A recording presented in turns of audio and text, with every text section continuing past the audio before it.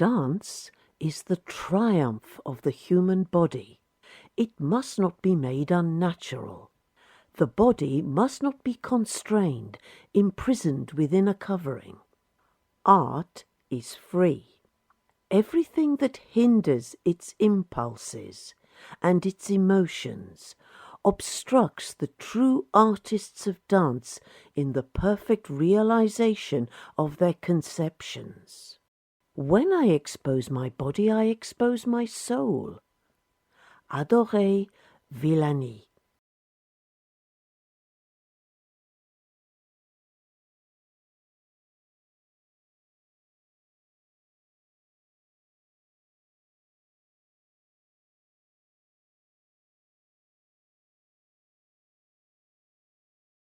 The early 20th century saw a revolutionary transformation of dance. Old forms were challenged, conventions discarded, new ideas flourished, and the very concept of modern dance was born. Modern dance, sometimes known as reform dance, placed great emphasis on the expressive potential of the dancer's body. Contemporary ideas about physical health and exercise and the aesthetic celebration of the body itself strongly influenced newly expressive and uninhibited forms of dance.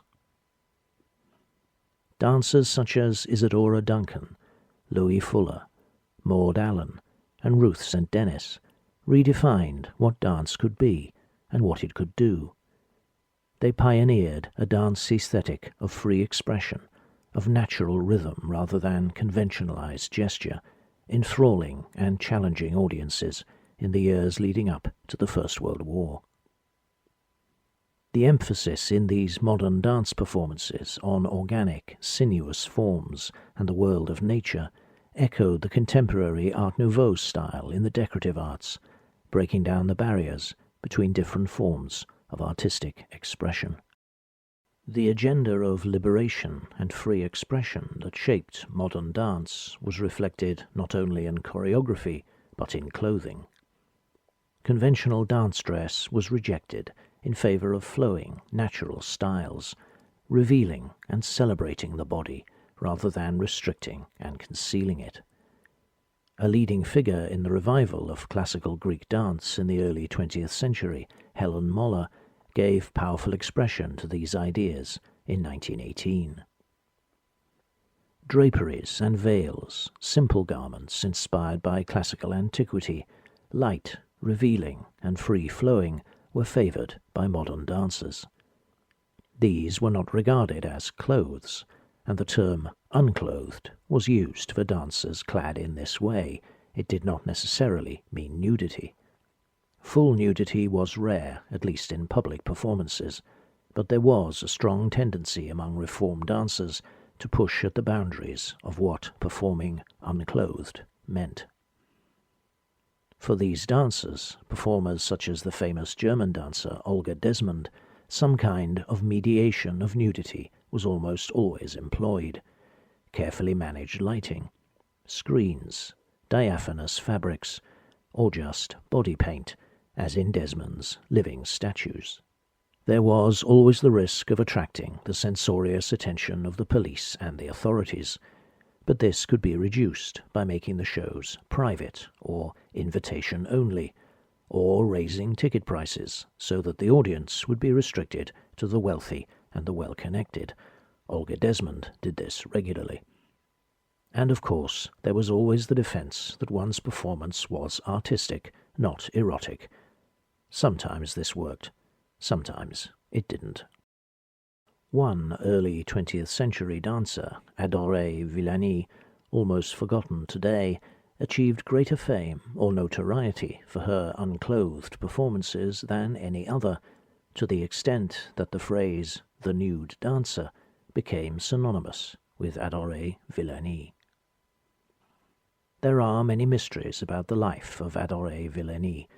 Not only her name, but her age and nationality are uncertain, and large parts of her life and career are obscure. She revealed little information about her personal life herself, and what she did say cannot always be relied upon. According to accounts she gives in the 2 books she wrote, Villany was French and was born in Rouen to parents of Hungarian origin in 1888. Elsewhere she gives her birth year as 1891. She said that Adorée Villany was her real name, but she also used the names Viola Villany, Adorée Viola Villany, and Adorée Via Villany, sometimes using different names simultaneously. But a court case in Munich in 1911, which we will talk about shortly, caused inquiries to be made into her origins, and claims were made that she was in reality a Jewish actress from Danzig called Erna Reich, or perhaps Erna Weiss, born in the late 1870s. There was, of course, nothing unusual in a performer altering her date of birth, or changing her name, or having several different stage names. But the Danish historian Hans Henrik Appel, who has researched Villany in detail, has suggested that this was a more far-reaching reinvention of identity, and has drawn a parallel with another notorious dancer of the era, Mata Hari.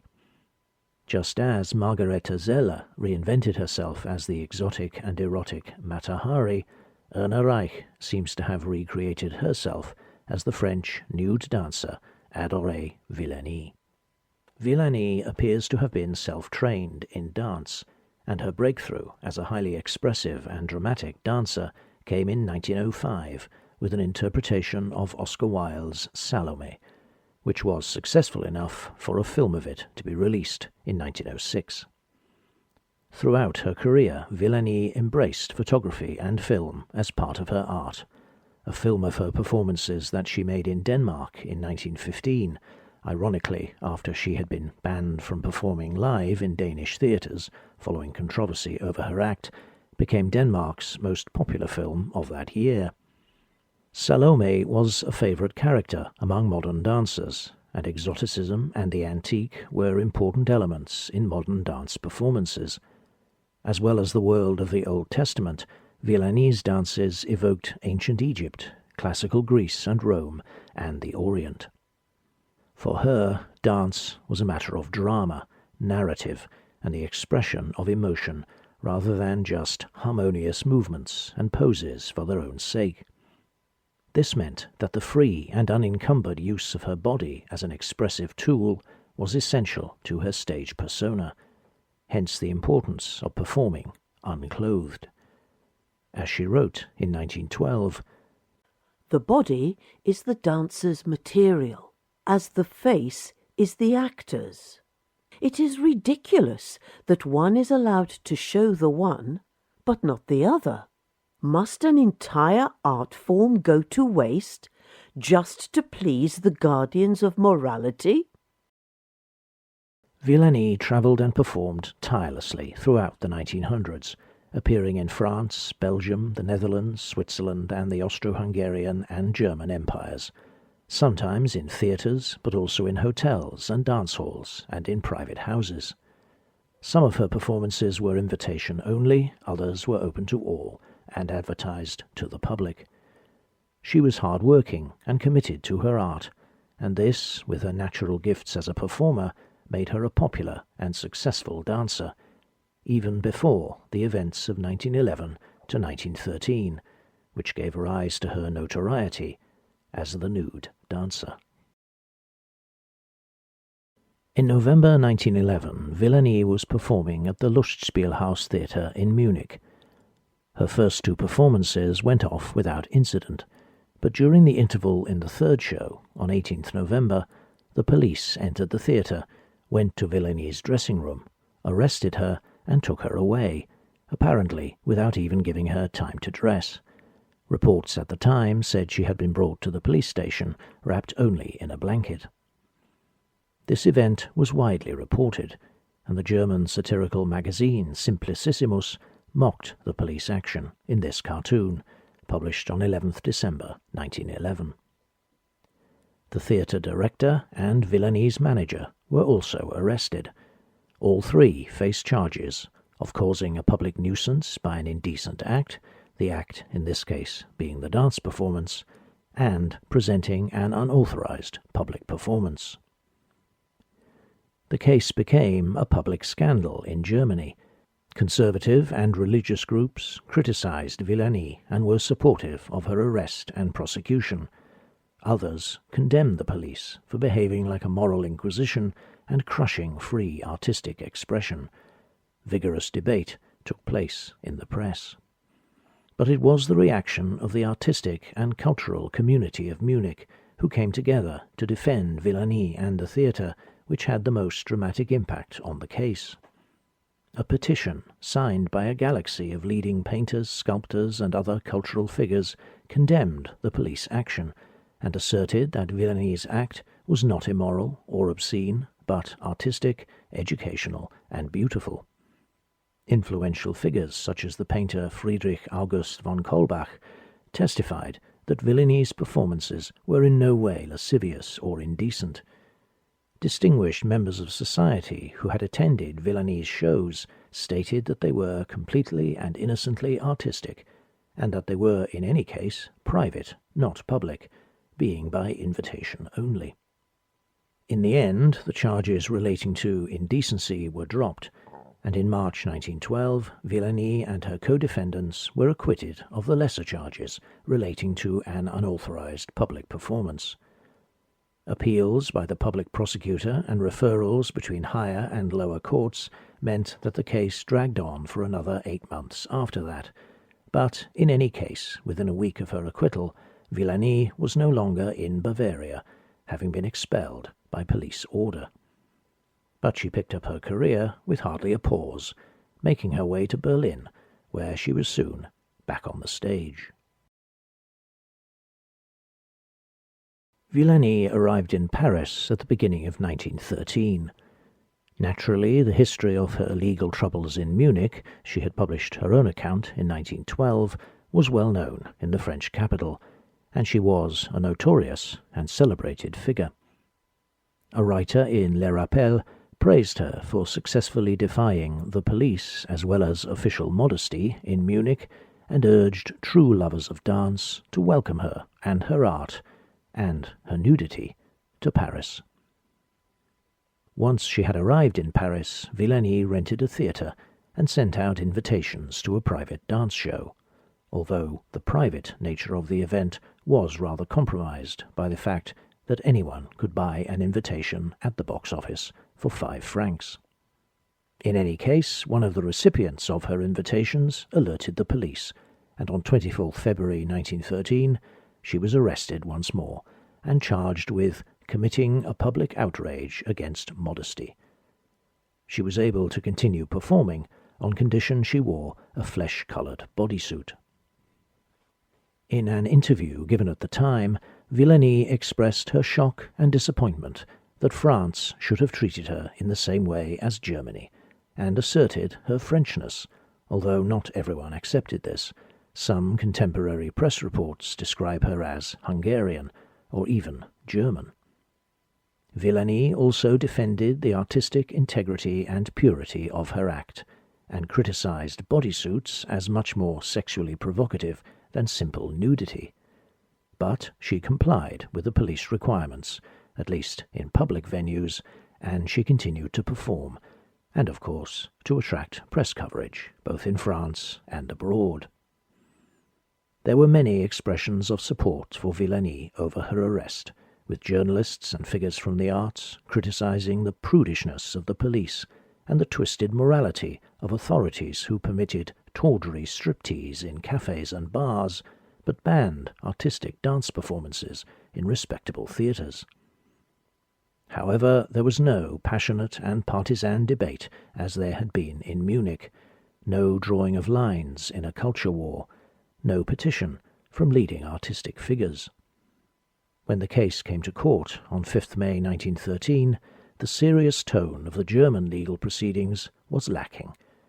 Villany's defence of her performances as chaste and beautiful works of art, and her request that her case be considered not by a conventional court, but before a tribunal presided over by Rodin, were not taken seriously by the lawyers or the judges, and were certainly not regarded as declarations of artistic and moral principle. The case was dealt with in a few minutes. Villany was found guilty and fined 200 francs. Compared with the prolonged, fraught, and divisive process she had been through in Germany, her treatment in France had been quick and dismissive, but it did her little harm.